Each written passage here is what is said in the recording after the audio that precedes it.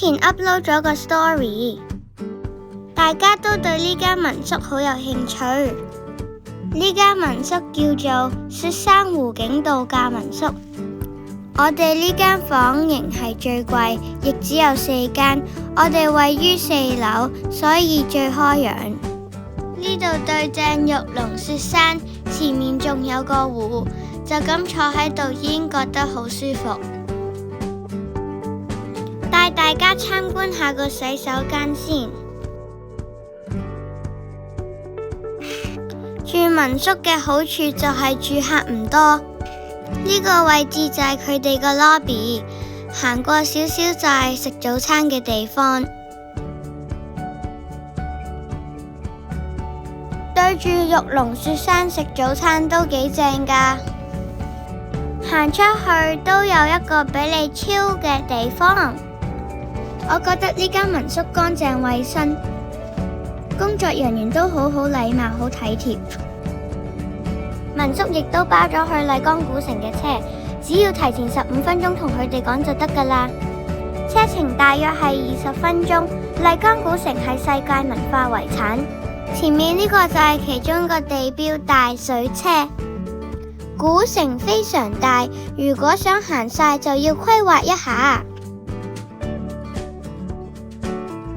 我哋就喺大水車前面呢間小紅書好多人介紹嘅鎮西王子食午餐。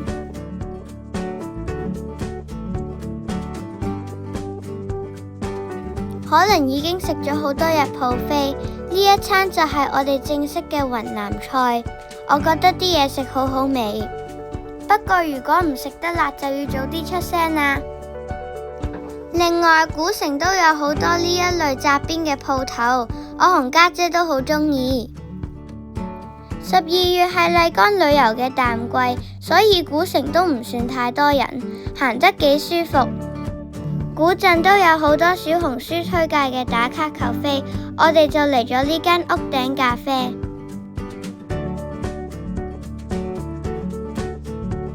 入到去你見到有位就可以坐低，然後掃 QR code 點餐。不過最多人想去就係呢度嘅屋頂，有花海同埋飽覽古鎮嘅景色。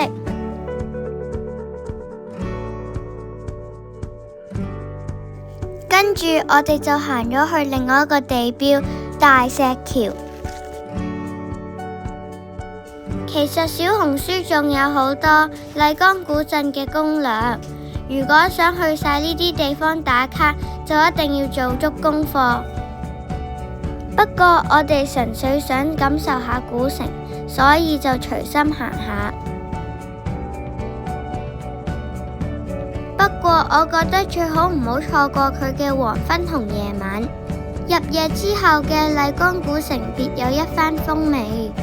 晚餐我哋就揀咗好多人推介嘅阿婆城臘排骨，周圍都好多分店，好似打邊爐咁，但我覺得啲臘排骨太鹹，好似臘鴨咁。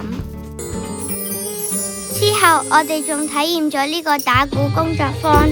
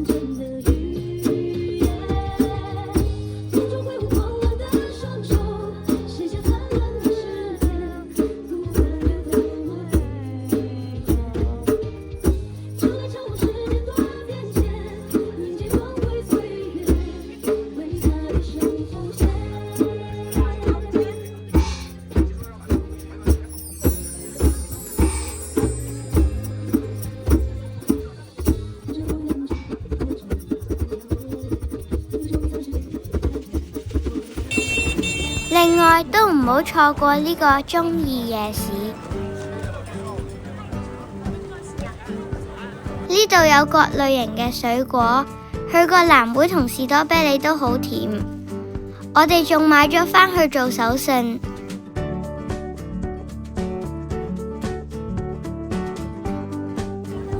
仲有各式嘅食物。而爸爸竟然話嚟到內地要食蟲。海馬呢個。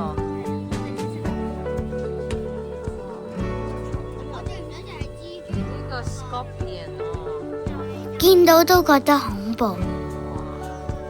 不過佢嘅烹調方法係用油炸，再加啲孜然粉。好味喎！有冇味啊？好味喎！好味喎！咩嚟㗎？其實草蜢。草蜢嚟嘅原來。冇味㗎，冇感覺㗎。吹啊！呢個吹。好似薯片咁有一個樣。細細嚿。好嗎？食啊！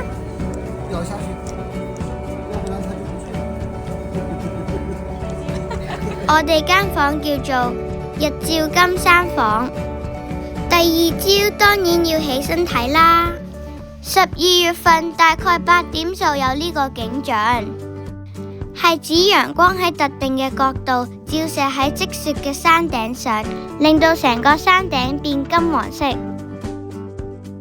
今日嘅天氣好好，我哋都好好彩睇到。而呢度嘅早餐簡單得嚟都好豐富。